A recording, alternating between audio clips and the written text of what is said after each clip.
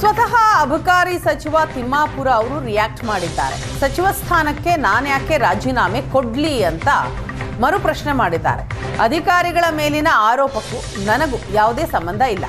BJP JDS ಅಹೋರಾತ್ರಿ ಧರಣಿಗೆ ಸಚಿವ ತಿಮ್ಮಾಪುರ ಅವರ ಆಕ್ರೋಶ. ಸದನದಲ್ಲಿ ಪ್ರಕರಣ ಸಂಬಂಧ ಎಲ್ಲ ವಿವರವನ್ನ ಒದಗಿಸಿದ್ದೇನೆ. ಹೋರಾಟ ಮಾಡ್ತಾ ಇರೋದು ಯಾಕೆ ಅಂತ ಬಿಜೆಪಿಯವರು ಮೊದಲು ಹೇಳಿ. ಲೋಕಾಯುಕ್ತದಲ್ಲಿ ಕೇಸ್ ಆದವರು ಜಾಮೀನು ಪಡೆದಿದ್ದಾರೆ. ನಾನು ಕೊಟ್ಟ ಉತ್ತರ ಸಮಂಜಸವಾಗಿದೆ. ಇಂತಹ ಹೋರಾಟಕ್ಕೆ ನಾನು ಯಾವ ಕಾರಣಕ್ಕೂ ಬೆದರಲ್ಲ ಅಂತ ಹೇಳ್ತಾರೆ ತಿಮ್ಮಾಪುರ. ವಿಧಾನಸಭೆ ಒಳಗಡೆ ಅಬಕಾರಿ ಇಲಾಖೆಯಲ್ಲಿ ನಡೆದಿರತಕ್ಕಂಥ ಭ್ರಷ್ಟಾಚಾರ ಸಂಬಂಧಪಟ್ಟ ಹಾಗೆ ದೊಡ್ಡ ಮಟ್ಟದ ಚರ್ಚೆಗಳಾಯಿತು. ಅಂತಿಮವಾಗಿ ಪ್ರತಿಪಕ್ಷವಾಗಿರ್ತಕ್ಕಂಥ ಬಿಜೆಪಿ ಮತ್ತು ಜೆಡಿಎಸ್ ಹೋರಾಟವನ್ನು ಕೈಗೆತ್ತಿಕೊಂಡಿದೆ. ಈಗ ಅವರು ಅಹೋರಾತ್ರಿ ಧರಣಿಯನ್ನು ಮಾಡ್ತಿದ್ದಾರೆ. ನಮ್ಮ ಜೊತೆ ಸಚಿವರಾಗಿರ್ತಕ್ಕಂಥ ತಿಮ್ಮಾಪುರ ಸರ್, ಈಗ ಅವರು ಧರಣಿಯನ್ನು ಮಾಡ್ತಾ ಇದ್ದಾರೆ. ಅವ್ರ ಡಿಮಾಂಡು ತಮ್ಮ ರಾಜೀನಾಮೆ. What's your reaction sir? ಎದಕ್ಕೆ ಕೊಡಬೇಕು? ಏನು ತಪ್ಪು ಮಾಡಿದ್ದೀನಿ? ಎಲ್ಲ ಸುಳ್ಳು ಸುದ್ದಿಗಳಿಗೆ, ಗಾಳಿ ಸುದ್ದಿಗಳಿಗೆ, ಯಾರೋ ಅಧಿಕಾರಿಗಳು ಹಣ ಕೇಳಿದಕ್ಕೆ ತಿಮ್ಮಾಪುರ ರಾಜೀನಾಮೆ ಕೊಡಬೇಕಾ? ನೋ. ನೀವು ಸದನದಲ್ಲಿ ಕೊಟ್ಟಿರತಕ್ಕಂಥ ಉತ್ತರ ತೃಪ್ತಿಕರವಾಗಿಲ್ಲ. ನೀವು ನಿಮ್ಮ ತಲೆದಂಡ ಆಗಬೇಕು ಅಂತ ಅವರೀಗ ಹೋರಾಟವನ್ನು ಕೈಗೆತ್ತಿಕೊಂಡಿದ್ದಾರೆ. ಅವ್ರು ಹೇಳಿದವರೆಲ್ಲ ರಾಜೀನಾಮೆ ಕೊಡಬೇಕಾ? ಅವ್ರು ಯಾರ್ಯಾರ ಮೇಲೆ ರಾಜೀನಾಮೆ ಕೊಡೋದ್ ಕೂಡಲೇ ರಾಜೀನಾಮೆ ಕೊಡಬೇಕಾ? ಯಾವುದಕ್ಕೆ ಕೊಡಬೇಕು? ಈಗಾಗಲೇ ಲೋಕಾಯುಕ್ತದಲ್ಲೂ ಪ್ರಕರಣ ಇದೆ ಅಂತ ನೀವು ಸದನದಲ್ಲಿ ಹೇಳಿದ್ರಿ ಸರ್. ಹೇಳಿದ್ರಿ ಆರೋಪಿತವಾಗಿರ್ತಕ್ಕ ಅಧಿಕಾರಿಗಳ ಮೇಲೆ ಪ್ರಕರಣ ಇದೆ ಅಂತ ಹೇಳಿದ್ರಿ. ಅಧಿಕಾರಿಗಳ ಮೇಲೆ ಇದೆ. ಅವರು ಲೋಕಾಯುಕ್ತದಲ್ಲಿ ಹೋಗಿದ್ರು, ಸಸ್ಪೆಂಡ್ ಆದರು, ಬೇಲ್ ಹಾಕೋದ್ರಿಂದ ಬಂದಿದ್ದಾರೆ ಅಷ್ಟೇ. ಸದನದ ಒಳಗೆ ಮತ್ತು ಹೊರಗೆ ಹೋರಾಟವನ್ನು ಕೈ ಮುಂದುವರಿಸ್ತೀವಿ ಅಂತ ಮಾತಾಡಿದ್ದಾರೆ. ನಂದೇನು ತಪ್ಪಿಲ್ಲ, ನಂದೇನು ತಪ್ಪಿಲ್ಲ. That's all. ಈ ರೀತಿ ಸದನದಲ್ಲಿ ದೊಡ್ಡ ಹೋರಾಟವನ್ನು ಕೈಗೆತ್ತಿಕೊಂಡಿರ್ತಕ್ಕಂಥ ಇವರು ಮತ್ತೆ ರಾಜ್ಯವ್ಯಾಪ್ತಿ ಹೋರಾಟ ಮಾಡಿ ತಮ್ಮ ರಿಯಾಕ್ಷನ್ ಹೇಳಿ, ಅವ್ರು ಕೇಳಿ. ಅದು ಇದು ಸಚಿವರಾಗಿರ್ತಕ್ಕಂಥ ತಿಮ್ಮಾಪುರ ಒಟ್ಟಾರೆ ಸ್ಪಷ್ಟನೆ. ಅವರು ಹೋರಾಟ ಮುಂದುವರಿಸಲಿ, ನಂದೇನು ತಪ್ಪಿಲ್ಲ ಅಂತಕ್ಕಂಥ ಮಾತನ್ನು ತಿಮ್ಮಾಪುರ ಹೇಳ್ತಾ ಇರುವಂಥದ್ದು. ಕ್ಯಾಮರಾಮನ್ ಈರನ್ ಜೊತೆ ಆನಂದ್ ಪಿ ಬೈದಮನೆ, ಏಷ್ಯಾನೆಟ್ ಸುವರ್ಣ ನ್ಯೂಸ್, ಬೆಂಗಳೂರು. ಏಷ್ಯಾನೆಟ್ ಸುವರ್ಣ ನ್ಯೂಸ್ನ ಜೊತೆ ಎಕ್ಸ್ಕ್ಲೂಸಿವ್ ಆಗಿ ಮಾತನಾಡಿದ್ರು ಸಚಿವ RB ತಿಮ್ಮಾಪುರ. ಪ್ರತಿಪಕ್ಷಗಳು ಹೇಳ್ತಾ ಇದ್ದಾವೆ ರಾಜೀನಾಮೆ ಕೊಡಬೇಕು ಅಂತ, ಆದರೆ ನಾನು ಯಾಕೆ ರಾಜೀನಾಮೆ ಕೊಡ್ಲಿ ಅಂತ ಗರಂ ಆದ್ರು ತಿಮ್ಮಾಪುರ. ರಾಜೀನಾಮೆ ಕೊಡಲೇಬೇಕು ಅಂತ ವಿಪಕ್ಷಗಳು ಪಟ್ಟು ಹಿಡಿದಿದ್ದಾವೆ. ಅಷ್ಟೇ ಅಲ್ಲ, ಅಹೋರಾತ್ರಿ ಧರಣಿ ಭಜನೆ ಮಾಡಿ ತಮ್ಮ ಆಕ್ರೋಶವನ್ನ ವ್ಯಕ್ತಪಡಿಸಿದ್ದಾರೆ. ಸದನದ ಬಾವಿಯಲ್ಲಿ ಮಲಗಿ ವಿಪಕ್ಷಗಳು ವಿಭಿನ್ನವಾಗಿ ಪ್ರತಿಭಟಿಸಿವೆ. ಬೆಳ್ಳಂಬೆಳಿಗ್ಗೆ ವಿಧಾನಸೌಧದ ಮುಂದೆ ಬಿಜೆಪಿ ನಾಯಕರು ವಾಕಿಂಗ್ ಕೂಡ ಮಾಡಿದ್ರು. ಇವತ್ತೂ ಸಹ ಸದನದಲ್ಲಿ ತಿಮ್ಮಾಪುರ ರಾಜೀನಾಮೆ ಕೊಡಬೇಕು ಅಂತ ನಾವು ಪಟ್ಟು ಹಿಡಿತೀವಿ, ರಾಜೀನಾಮೆ ನೀಡೋವರೆಗೂ ಬಿಡೋದಿಲ್ಲ, ನಮ್ಮ ಪ್ರತಿಭಟನೆಯಿಂದ ಹಿಂದೆ ಸರಿಯಲ್ಲ ಅಂತ ಬಿಜೆಪಿ ನಾಯಕರು ಹೇಳ್ತಿದ್ದಾರೆ. ರಾತ್ರಿ ಇಡೀ ನಾವು ಇಲ್ಲಿ ಅಧಿವೇಶನದ ಏನು ಜಾಗ ಇದೆ ವಿಧಾನಸೌಧ ಒಳಗೆ ನಾವೆಲ್ಲ ಬಿಜೆಪಿ ಮತ್ತು JDS ಶಾಸಕರು ನಾವು ಇಲ್ಲೇ ಸಮಯನ ಕಳೆದಿದ್ದೇವೆ, ಇಲ್ಲೇ ಮಲಗಿದ್ದೇವೆ. ಮತ್ತು ರಾತ್ರಿ ಇಡೀ ಎಲ್ಲರೂ ಸಹ ಘೋಷಣೆ ಭಜನೆ ಎಲ್ಲ ಆಗ್ತಾನೆ ಇತ್ತು. ಇವತ್ತು ಸಹ ಮುಂದುವರಿಸ್ತೇವೆ. ಬೆಳಿಗ್ಗೆ ಎದ್ದ ಕೂಡಲೇ ಪುನಃ ಒಂದು ಸತಿ ಪ್ರತಿಭಟನೆ ಇರ್ತದೆ.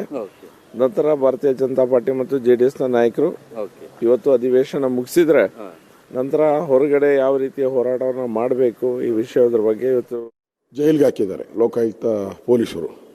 ಈಗ ಲೋಕಾಯುಕ್ತ ಯಾರು ಇನ್ವೆಸ್ಟಿಗೇಷನ್ ಮಾಡ್ತಾ ಇದ್ದಾರೋ ಅವ್ರನ್ನೂ ಟ್ರಾನ್ಸ್ಫರ್ ಮಾಡ್ತಾ ಇದ್ದಾರೆ ಲೋಕಾಯುಕ್ತ. ನಿನ್ನೆ ಆರ್ಡರ್ ಕೂಡ ಬಂದಿದೆ.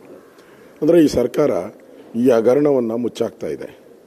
ಇವತ್ತು ರಾಜ್ಯದ ಜನ ಟ್ಯಾಕ್ಸ್ ಪೇಯರ್ಸ್ ಏನಿದ್ದಾರೆ ಅವ್ರು ಕಷ್ಟ ಬಿದ್ದು ಟ್ಯಾಕ್ಸ್ ಕಟ್ಟೋದು. ಇವರು ಕಾಂಗ್ರೆಸ್ ಅವರು ಅದನ್ನು ಲೂಟಿ ಹೊಡ್ಕೊಂಡು ಅಬಕಾರಿ ಲೈಸೆನ್ಸ್ ಮಾರಾಟ, ಮಂತ್ಲಿ ಫಿಕ್ಸು, ಅಸೋಸಿಯೇಷನ್ಗಳು ಹೇಳಿದ್ದಾರೆ. ಯಾರು ಸರ್ಕಾರಕ್ಕೆ 40,000 ಕೋಟಿ ಆದಾಯವನ್ನು ತಂದು ಕೊಡ್ತಾ ಇದ್ದಾರೆ ಆ ಮಾಲೀಕರುಗಳೆಲ್ಲ, ಅಂಗಡಿ ಮಾಲೀಕರು ಅವರೇ ಹೇಳಿದ್ದಾರೆ 6,000 ಕೋಟಿ. ನಾನು ಸಿದ್ದರಾಮಯ್ಯನ friend, close friend. Siddaramaiah taluk member ಆಗಿದ್ದಾಗ ಇವರು ಗ್ರಾಮ ಪಂಚಾಯಿತಿ ಅಧ್ಯಕ್ಷರಿದ್ದರಂತೆ. ಅವರೇ ಹಿಂಗೆ ಹೇಳ್ತಾ ಇದ್ದಾರೆ, ನಾನೇ ಸಿದ್ದರಾಮಯ್ಯಂಗೆ ಹೇಳಿ ಹೋದೆ, ಸಿದ್ದರಾಮಯ್ಯ ಕೇಳ್ತಾನೆ ಇಲ್ಲ, ಲೂಟಿ ಹೊಡಿತಾ ಇದ್ದಾರೆ, ನಮ್ಮನ್ನೆಲ್ಲ ಸರ್ವನಾಶ ಮಾಡಕ್ಕಿದ್ದಾರೆ ಅಂತ. ಇದಕ್ಕೋಸ್ಕರ ನಾವು ರಾಜ್ಯದ ಈ ಹಣ ಕಪ್ಪ ಕಾಣಿಕೆ ರೀತಿ ಕಾಂಗ್ರೆಸ್ ಪಾರ್ಟಿಗೆ ಹೋಗ್ತಾ ಇದೆ.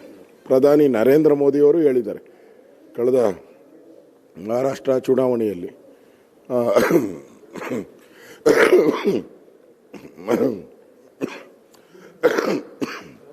ಮಹಾರಾಷ್ಟ್ರ ಚುನಾವಣೆಯಲ್ಲಿ 700 ಕೋಟಿಗೂ ಹೆಚ್ಚು ಹಣವನ್ನು ಕರ್ನಾಟಕದ ಅಬಕಾರಿ ದುಡ್ಡಿಂದ ಕೊಟ್ಟಿದ್ದಾರೆ ಅಂತ. ಪ್ರಧಾನಿ ಅವ್ರಿಗೆ ಇನ್ಫಾರ್ಮೇಷನ್ ಇರಲ್ವಾ? ಇಷ್ಟಿದ್ರೂ ಕೂಡ ತಿಮ್ಮಾಪುರ ಅವ್ರನ್ನ ರಕ್ಷಣೆ ಮಾಡ್ತಾ ಇದ್ದಾರೆ ಅಂದ್ರೆ ಇದರಲ್ಲಿ ಸಿಎಂಗೂ ಪಾಲಿದೆ, ಅದಕ್ಕೋಸ್ಕರ ರಕ್ಷಣೆ ಮಾಡ್ತಾರೆ. ಸದನದಲ್ಲೇ ಸಿಎಂ ಸಮರ್ಥನೆ ಮಾಡ್ಕೊಂತಾರೆ. ಸದನದಲ್ಲಿ ಸಿಎಂ ಅವ್ರು ಯಾಕೆ ಮಾಡ್ತಾರೆ ಅಂದ್ರೆ ಇದು ಅಬಕಾರಿ ಇಲಾಖೆ ಫೈನಾನ್ಸ್ ಅಡಿಯಲ್ಲಿ ಬರುವಂಥದ್ದು. ಏನೇ ಭ್ರಷ್ಟಾಚಾರ ಹಗರಣ ಬಂದರೂ ಅವ್ರಿಗೂ ಸುತ್ತಕೊಂತೈತೆ. ಅದಕ್ಕೆ ಅವ್ರಿಗೆ ಪಾಲಿಲ್ಲ ಅಂದ್ರೆ ಇಷ್ಟೊತ್ತಿಗೆ ರಾಜೀನಾಮೆ ತಗೊಂತ ಇದ್ರು. ಅವ್ರಿಗೂ ಪಾಲಿರೋದಕ್ಕೋಸ್ಕರ ರಾಜೀನಾಮೆ ತಗೊಂತ ಇಲ್ಲ. ಇನ್ನೊಂದು ಜಿ ರಾಮ್ಜಿ ಯೋಜನೆ ಬಗ್ಗೆ ಹೇಳೋದಾದ್ರೆ ನೋಡಿ, ಅದು ಕೇಂದ್ರ ಸರ್ಕಾರ ಮಾಡಿರೋ ಒಳ್ಳೆ ಯೋಜನೆ. ಈ ಕಾಂಗ್ರೆಸ್ ಅವ್ರಿಗೆ ಪಾಪರ್ ಔಟ್ ಇದ್ದಾರೆ, ಅವ್ರ ಹತ್ರ ದುಡ್ಡಿಲ್ಲ. ಎಲ್ಲ ಪೇಪರ್ಗಳಲ್ಲಿ ಆಡ್ ಕೊಡ್ತಾ ಇದ್ದಾರೆ. ಸರ್ಕಾರದ ವಿರುದ್ಧ ಬಿಜೆಪಿ ಮತ್ತೆ ಜೆಡಿಎಸ್ ನಾಯಕರು ಅಹೋರಾತ್ರಿ ಧರಣಿ ನಡೆಸಿರ್ತಕ್ಕಂಥದ್ದು. ಆರ್ ವಿ ತಿಮ್ಮಾಪುರ್ ಸಚಿವರು ಏನಿದ್ದಾರೆ ರಾಜೀನಾಮೆ ಕೊಡಬೇಕು ಅಂತೇಳಿ ಒತ್ತಾಯಿಸಿ ಅಹೋರಾತ್ರಿ ಧರಣಿ ನಡೆಸಿದ್ರು. ಈ ಬಗ್ಗೆ ಮಾತನಾಡೋದಕ್ಕೆ ನಮ್ಮ ಜೊತೆ ಮಾಜಿ ಸಚಿವರು ಮತ್ತೆ ಶಾಸಕರಾಗಿರ್ತಕ್ಕಂಥ ಅಶ್ವಥ್ ನಾರಾಯಣ ಅವರು ಇದ್ದಾರೆ. ಅವರನ್ನೇ ಕೇಳೋಣ.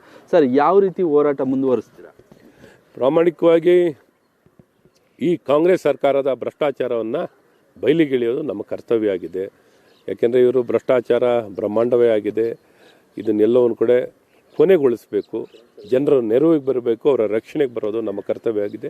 ಹಾಗಾಗಿ ಸದನದಲ್ಲಿ ಈ ಹೋರಾಟವನ್ನು ಕೈಗೆತ್ಕೊಳ್ಳುವಂಥದ್ದು ಮಾಡಿದ್ದೀವಿ. ಹಾಗೆ ಮುಂದಿನ ದಿನದಲ್ಲಿ ಏನು ಮಾಡಬೇಕು ಅಂತ ಪಕ್ಷ ನಿಶ್ಚಯ ಮಾಡುವಂಥದ್ದಾಗುತ್ತೆ. ಸೊ ಈಗ ನಾವು ಈ ಸರ್ಕಾರಕ್ಕೆ ಸದನಕ್ಕಿಂತ ಪವಿತ್ರವಾಗಿರೋದು ಮತ್ತು ಬಲಿಷ್ಠವಾಗಿರುವಂಥದ್ದು ಇನ್ನೊಂದು ಸ್ಥಳ ಇರಲಿಕ್ಕೆ ಸಾಧ್ಯವಿಲ್ಲ. ಇಲ್ಲೇ ನೇರ ಇದೇನು ಬೇರೆ ಅಲ್ಲ, ನೇರವಾಗಿ ಸರ್ಕಾರ ಸಮರ್ಥನೆ ನೀವೇ ನೋಡಿದ್ದೀರಾ. ಭ್ರಷ್ಟಾಚಾರವನ್ನೇ ಸಮರ್ಥಿಸ್ಕೊಳ್ಳುವಂಥ ಪ್ರಯತ್ನವನ್ನು ಮಾಡ್ತಿರುವಂಥದ್ದಿದೆ. ಬಂಡತನ ಎದ್ದು ಕಾಣ್ತಿರುವಂಥದ್ದಿದೆ. ಹಾಗಾಗಿ ಈ ಬಂಡತನ ನಿಮ್ಮ ಸಮರ್ಥನೆ ನಾವು ಒಪ್ಪಲ್ಲ. ನಿಮ್ಮ ಕನಿಷ್ಠ ಒತ್ತಾಯ ಏನು ಅಂದರೆ ಅವ್ರನ್ನ ವಜಾ ಮಾಡಿ ಅಂತ ನಮ್ಮ ಬೇಡಿಕೆ ಇದೆ. ಒಟ್ಟು ಇವ್ರ ಮೇಲೆ ಎಲ್ಲರ ಮೇಲೂ ಸೇರಿಸಿನೇ ಆಪಾದನೆ ಆಗಿರುವಂಥದ್ದಲ್ವಾ. ಇವನ್ ಅಬಕಾರಿ ಸಚಿವರು ತಿಮ್ಮಾಪುರ ಅವರು ನಾನು ಒಬ್ಬನೇ ಅಲ್ಲ, ನನ್ನನ್ನು ಬೇಕು ಅಂತ ಹೇಳ್ತಿದ್ದಾರೆ, ನನ್ನವರೇ ಸಿಕ್ಕಾಕಿಸ್ತಿದ್ದಾರೆ. ಒಂದೇ ಇಲಾಖೆ ಅಲ್ಲ, ಬೇರೆ ಇಲಾಖೆ ಎಲ್ಲ ಇದೆ, ಅವರು ಬೇರೆಯವರು ಇದ್ದಾರೆ ಅನ್ನೋಂಥದ್ದನ್ನೆಲ್ಲ ಈ ಹಣ ಕೊಡ್ತಿದ್ದವ್ರು ಮಾತುಕತೆ ಅಧಿಕಾರಿಗಳು ಎಲ್ಲ ಹಂತದಲ್ಲೂ ಹಣ ಕೊಡಬೇಕು, ಇವರಿಂದ ಹೇಳಿಸಿ ಅವರಿಂದ ಹೇಳಿಸಿ ಅಂತ ಎಲ್ಲ ರೀತಿ ಆಪಾದನೆಗಳು ಮಾಡ್ತಿದ್ದಾರೆ. ಅವರೇ ಬೇರೆ ಕಾರಣಗಳು ಕೊಡುವಂಥದ್ದಾಗ್ತಿದೆ. ಇದು ನೋಡ್ರೆ ಒಟ್ಟಾರೆ ಇದು ಇಡೀ ಕಾಂಗ್ರೆಸ್ ಸರ್ಕಾರನೇ ಭ್ರಷ್ಟಾಚಾರದಲ್ಲಿದೆ. ವಿಶೇಷವಾಗಿ ಅಬಕಾರಿ ಇಲಾಖೆ ಅಂತೂ ಮಿತಿ ಮೀರಿ ಭ್ರಷ್ಟಾಚಾರವನ್ನು ಯಾವುದಕ್ಕೂ ಲೆಕ್ಕಿಸದೆ ಇದು ಮೊದಲೇ ಬಾರಿ ಅಲ್ಲ. ಕಡೆ ದಿನ ಇವತ್ತು ಹೇಗಾದ್ರೂ ಮಾಡಿ ಬಿಲ್ಗಳನ್ನ ಪಾಸ್ ಮಾಡ್ಕೋಬೇಕು ಅಂತ ಇದ್ದಾರೆ. ಮತ್ತೆ ಇವತ್ತು ಹೋರಾಟ ಹೇಗಿರುತ್ತೆ ಸರ್? ನೋಡಿ, ನಮ್ಮ ಪ್ರಾಮಾಣಿಕ ಪ್ರಯತ್ನವನ್ನು ನಾವು ಮಾಡ್ತಾ ಇದ್ದೀವಿ. ಸರ್ಕಾರ ಮಣಿಬೇಕಿತ್ತು, ಇಷ್ಟೊತ್ತಿಗೆಲ್ಲ ಮಣಿಬೇಕಿತ್ತು. ಇವ್ರು ಮಣಿತಿಲ್ಲ ಅನ್ನೋದಾದ್ರೆ ನಾವು ಬಿಡೋಲ್ಲ.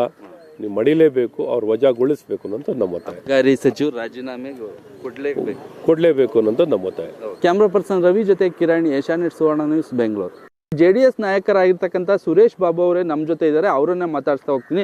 ಸರ್, ಯಾವ ರೀತಿ ಹೋರಾಟ ಮುಂದುವರಿಸ್ತೀರಾ ಸರ್? ಈಗ ಏನಾಗಿದೆ, ನಾವು ಸದನದ ಒಳಗಡೆ ನಾವು ನಿನ್ನೆ ಎಲ್ಲ ಕೂಡ ಇದ್ರ ಬಗ್ಗೆ ಪ್ರಸ್ತಾಪ ಮಾಡಿ ಬಿಜೆಪಿ ಮತ್ತೆ ಜೆಡಿಎಸ್ನವರು ಇದನ್ನ ಈ ಏನು ಅಬಕಾರಿ ಇಲಾಖೆನಲ್ಲಿ ಆಗಿರ್ತಕ್ಕಂಥ ಅವ್ಯವಹಾರ ಹಗರಣವನ್ನ ಬೆಳಕಿಗೆ ತರಲಿಕ್ಕೆ ಪ್ರಯತ್ನವನ್ನ ಮಾಡಿದ್ದೇವೆ. ಖಂಡಿತ ಇದನ್ನ ಸಚಿವರು ಬಗ್ಗೆ ಬೇರೆ ದಾರಿಲಿ ಹೋಗ್ತಕ್ಕಂಥವ್ರು ಯಾರೋ ಸಾಮಾನ್ಯ ಜನ ಮಾತಾಡಿಲ್ಲ. ಒಬ್ಬರು ಆ ಇಲಾಖೆನಲ್ಲಿರ್ತಕ್ಕಂಥ ಜಿಲ್ಲಾಧಿಕಾರಿ ಇದ್ರ ಬಗ್ಗೆ ನಾವು ಮಂತ್ರಿಗಳಿಗೆ ಎಲ್ಲದನ್ನು ಕೂಡ ನೀಡಬೇಕು ಅಂತಕ್ಕಂಥದ್ದು ಹೇಳಿಕೆಯನ್ನು ಏನು ಕೊಟ್ಟಿದ್ದಾರೆ. ಖಂಡಿತ ಅದಕ್ಕೆ ಇವರೇ ಇದು ಕೋಣೆ ಅಂತಕ್ಕಂಥದ್ದು. ಆ ಇಲಾಖೆನ ಸಮರ್ಪಕವಾಗಿ ನಿಭಾಯಿಸ್ಲಿಕ್ಕೆ ಆಗ್ತಾಯಿಲ್ಲ. ಅಲ್ಲಿರ್ತಕ್ಕಂಥ ಎಲ್ಲ ಆರ್ಥಿಕ ಮಟ್ಟವನ್ನು ಕುಗ್ಗಿಸ್ಲಿಕ್ಕೆ ಮತ್ತು ಅಲ್ಲಿ ಅವ್ಯವಹಾರ ನಡೀಲಿಕ್ಕೆ ಕಾರಣ ಆಗಿದೆ. ಇವರೇ ಮುಖ್ಯಸ್ಥರಾಗಿರೋದ್ರಿಂದ ಖಂಡಿತ ಇದನ್ನು ಅವರೇ ಹೊರಬೇಕು ಅನ್ನೋದು ನಮ್ಮ ಒತ್ತಾಯ. ಓಕೆ, ಅಲ್ಲ ಈಗ ಈ ಬಗ್ಗೆ ಡೀಟೇಲ್ಸ್ ಕೊಡ್ತಾರೆ ನಮ್ಮ ಪ್ರತಿನಿಧಿ ಕಿರಣ್. ಇದೀಗ ನಮ್ಮ ಜೊತೆ ಸಂಪರ್ಕದಲ್ಲಿದ್ದಾರೆ. ಕಿರಣ್, ನಾವು ಗಮನಿಸ್ತಾ ಇದ್ದೀವಿ, ಅಬಕಾರಿ ಹಗರಣ ಬಹಳ ದೊಡ್ಡ ಮಟ್ಟದಲ್ಲಿ ಚರ್ಚೆ ಆಗ್ತಾ ಇದೆ. ನಿನ್ನೆ ಸಭೆಯಲ್ಲೂ ಕೂಡ ಅದು ಪ್ರತಿಧ್ವನಿಸಿದಂಥದ್ದು. ಪ್ರತಿಪಕ್ಷಗಳು ರಾತ್ರಿ ಇಡೀ ಧರಣಿ, ಭಜನೆ ಎಲ್ಲವನ್ನೂ ಮಾಡಿದ್ದಾರೆ. ಸದ್ಯಕ್ಕೆ ಏನು ಅಪ್ಡೇಟ್ ಸಿಗ್ತಾ ಇದೆ? ಪ್ರತಿಪಕ್ಷಗಳ ಮುಂದಿನ ಹೋರಾಟ ಹೇಗಿರುತ್ತಂತೆ?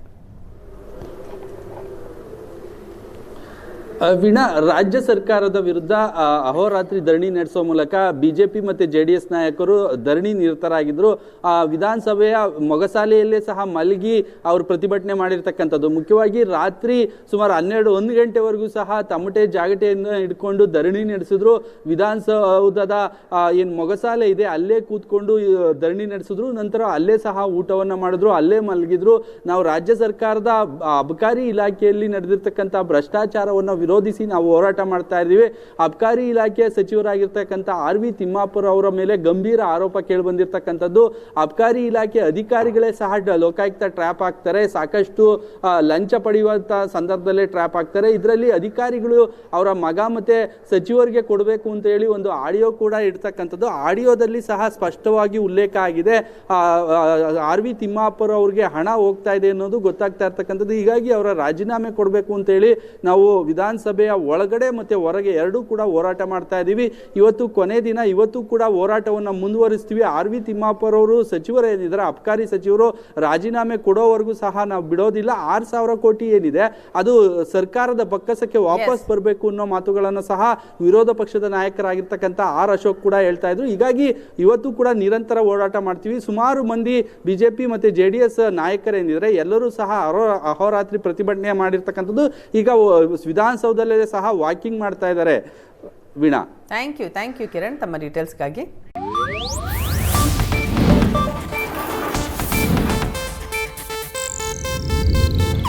ಇದು ಏಷ್ಯಾನೆಟ್ ನ್ಯೂಸ್ ನೆಟ್ವರ್ಕ್ ಪ್ರಸ್ತುತಿ.